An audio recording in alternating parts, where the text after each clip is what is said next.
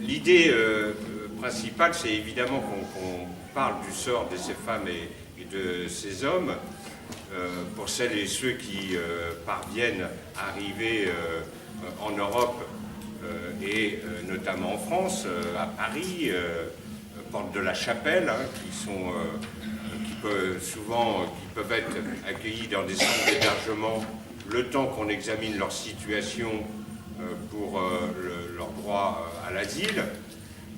Et puis, malheureusement, on sait que très peu arrivent jusqu'ici, beaucoup meurent avant, que ce soit en Afrique ou en Méditerranée. Hein. Je lisais encore un rapport cet après-midi qui dénombre le nombre de morts à environ 36 000. On sait qu'en Méditerranée, c'est de l'ordre de 20 000. Enfin, tu préciseras tout ça. Je pense que vous avez des chiffres peut-être plus précis que je donne. Et donc l'ambition que nous avions avec les premiers signataires, c'est de se dire pourquoi Blanc-Ménil ne serait pas une ville d'accueil pour 4-5 familles de réfugiés de façon temporaire. Je précise aussi qu'il ne s'agit pas d'utiliser des logements sociaux pour accueillir ces gens, mais d'utiliser l'argent que l'État et l'Europe mettent à disposition des villes pour construire des logements adaptés pour l'accueil, je dis bien temporaire, le temps qu'on examine la situation de ces femmes et ces hommes. Moi, je trouve que c'est pas normal qu'à Paris, par exemple, ils aient construit, je crois qu'ils en sont à 4 centres d'accueil et d'hébergement.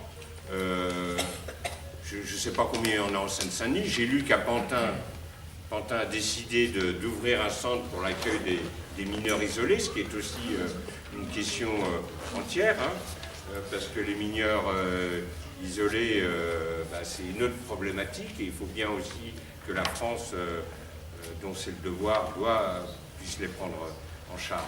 Donc voilà, c'est parti de cette idée, pourquoi Blanc-Ménil, et c'était au moment où il y avait le débat en France sur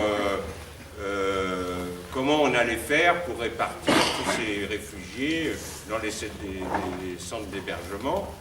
Et puis on a découvert à ce moment-là qu'il y avait beaucoup de maires, quelle que soit leur opinion politique, de droite comme de gauche, qui ont décidé d'accueillir des réfugiés, et tous disent aujourd'hui que tout se passe bien, qu'il n'y a pas de problème, que ça a même redynamisé la vie associative, la vie solidaire dans les communes, parce que chacun prend en charge une part de la vie de ces réfugiés. Et pourquoi Blanc-Ménil, c'était pas possible? Pourquoi pourtant il y a suffisamment de bâtiments qui peuvent être adaptés et qui nous permettraient d'accueillir ces 4-5 familles. Donc on a écrit au maire dans un premier temps pour lui demander cela. Très gentiment, il nous a répondu, pour une fois gentiment, il a répondu en disant que c'était très généreux de notre part, mais qu'il y avait déjà beaucoup trop d'étrangers dans la ville, donc lui, il n'allait pas prendre la responsabilité d'en rajouter, quoi, hein, en quelque sorte. Je la raccourcis un petit peu, mais enfin, je ne crois pas en être très loin de la vérité en disant cela. Et puis, donc on a dit, qu'est-ce qu'on fait? Et donc on a décidé de lancer cette appel. Donc on a été à l'origine d'un certain nombre d'initiatives, ou à l'origine, ou en coordination avec d'autres associations. Si on parle la question de... Alors c'est quand même une question qui se pose à plusieurs échelles, et vous le savez, on est là ici dans une action qui se veut une action citoyenne à l'échelle d'une ville, avec des gens engagés. De la même façon, on est accompagné par des personnes qui elles-mêmes ont fait le choix de la solidarité et d'accueillir des réfugiés de manière personnelle, familiale, etc. On a un certain nombre d'initiatives comme ça en France, et vous savez aussi que ces initiatives font l'objet d'une certaine répression d'ailleurs, puisqu'on a toute la question de ce qu'on appelle les délinquants de la solidarité. Donc il y a cette échelle-là qui est l'échelle un peu, je dirais, des territoires, des personnes, des citoyens qui s'engagent et qui mènent des actions qui sont des actions à la fois de solidarité qui aident des personnes réelles, et en même temps qui sont des actions qui montrent et qui révèlent, je dirais, l'irresponsabilité, en tous les cas, des pouvoirs publics, de nos pouvoirs publics et de nos politiques, à toutes les échelles, du coup. Alors, ça peut être les échelles municipales, mais c'est aussi toutes les échelles, les différentes échelles de décision dans notre pays, et puis c'est la France, et puis c'est l'Europe. Voilà. Donc donc je voudrais juste peut-être introduire sur cette question de l'action citoyenne. L'action citoyenne, elle peut être modeste. Ça peut être effectivement accueillir quelques familles sur un territoire qui lui-même n'est pas le territoire le plus riche de la planète, hein, on n'est pas ici dans une ville très riche, etc. Et montrer par l'exemplarité qu'il y a d'autres façons de traiter la question des migrations, qui est une question non pas, premièrement, une question qui n'est pas conjoncturelle, c'est une question qui est structurelle, c'est-à-dire que des migrants, il y en a eu, il y en a et il y en aura, parce qu'on est dans un monde où les événements se répercutent et les personnes qui sont confrontées à des crises qui sont des crises politiques, des crises économiques, des crises climatiques, effectivement, c'est ce qui est en train d'arriver, eh bien ces personnes se déplacent pour survivre. Et elles se déplacent, et c'est la liberté humaine, et c'est leur liberté de se déplacer. Et je crois que la question de l'accueil telle qu'elle est posée dans nos pays, en Europe, etc., elle est posée à partir d'une sorte de forteresse qui serait assiégée.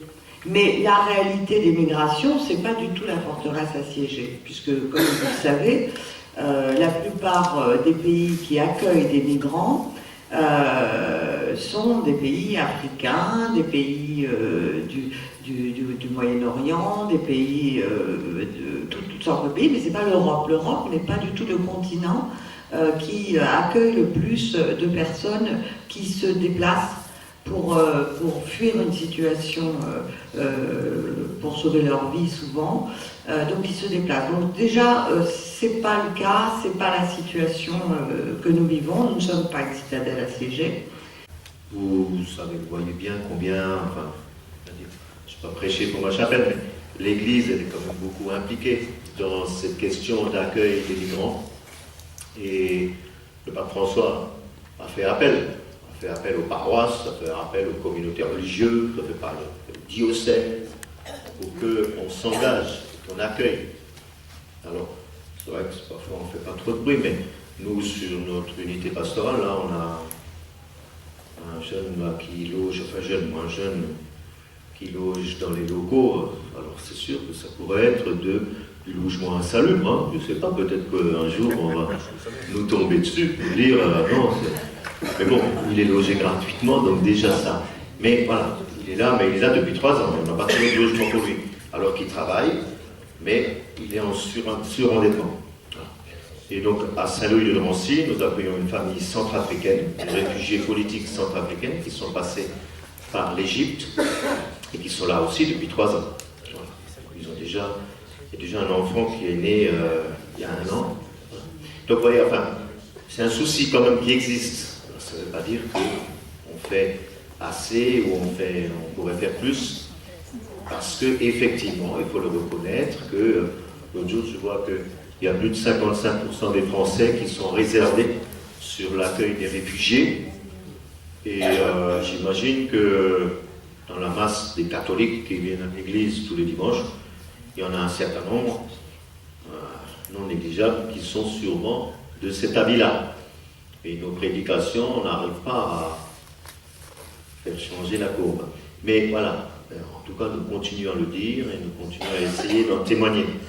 En disant que personne n'est trop pauvre pour n'avoir rien à partager. Et même si on dit que le Blanc-Ménil est pauvre, ce n'est pas forcément. il peut partager. Le plan Ménil peut partager et peut participer à cet effort qui dépasse nos frontières, qui dépasse nos... Mais voilà, je pense qu'effectivement, il est essentiel que des villes, quelles qu'elles soient, s'engagent. Et c'est dans ce sens-là que quand il y avait le camp de Rome, on était un petit groupe pour aller les visiter, pour aller les rencontrer, pour dire que voilà, on ne peut pas non plus... Enfin, on ne va pas tous les accueillir, mais on aurait pu faire un petit truc. Voilà. Et donc, à ce niveau-là, donc, il y a Samira qui est sur notre paroisse Saint-Charles et qui donc a ce souci d'accueillir, en fait, de faire venir des gens de Syrie, d'Irak, pour dans des villes où justement des logements sont mis à disposition pour les accueillir. Voilà. Bon, donc je suis Samira, je suis la femme Chaki, je suis d'origine irakienne. Quand il y a eu l'histoire de Daesh qui sont rentrés dans les villes chrétiennes, je suis de Karakosh, peut-être quelques-uns connaissent, ont déjà entendu parler de Karakosh, 45 000 habitants. Du jour au lendemain, ils ont quitté Karakosh en plein mois d'août, je crois que c'est le 6 août, et il fait très chaud. Ils sont partis tels qu'ils étaient, avec, avec les t-shirts, avec rien du tout. Et les derniers, c'était les religieux et les religieuses qui ont fait le tour des maisons, mais malgré ça, il y a eu 100 familles qui sont restées, qui ont été prises par Daesh. Ils ont tué quelques-uns et d'autres, ils ont été libérés, ils les ont amenés jusqu'au Kirkuk. Quand c'était passé, on a entendu aux nouvelles comme quoi le gouvernement français allait accepter les familles qui avaient des familles en France. Donc j'ai parlé tout de suite à Jackie, il m'a dit allez, on commence tout de suite. Bon, après ce formidable message de Samira, moi je vais vous parler des questions un peu plus pratiques d'accueil. Effectivement, pour accueillir une famille irakienne, il faut obtenir un visa tout d'abord. Et pour obtenir ce visa, il faut effectivement constituer un dossier par lequel on s'engage à recevoir cette famille et à prendre soin d'elle pour toutes les charges qu'elle peut avoir, y compris la santé, etc. Donc, et puis surtout, avoir des locaux disponibles pour les recevoir.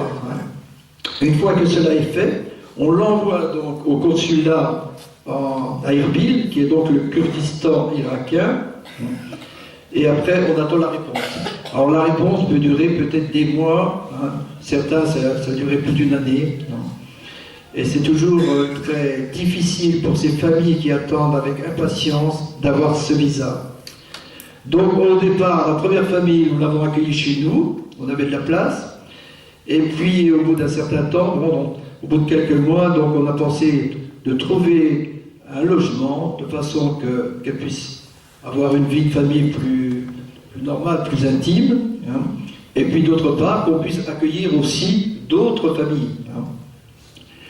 Donc on a trouvé assez facilement, enfin par des amis, un logement social à Belfort, et on a fait à ce moment-là de nouvelles démarches pour d'autres familles. Mais notre maison ne pouvait accueillir qu'une seule famille. Donc ce n'était pas suffisant parce qu'il y avait énormément de demandes de réfugiés irakiens qui nous suppliaient de les accueillir.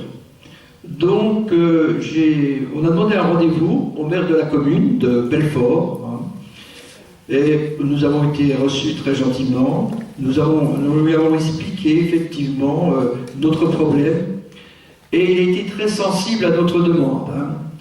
Il nous a dit, bon, effectivement, les crédits ne sont pas très importants, l'État de plus en plus nous diminue nos crédits, mais on va faire quelque chose pour vous.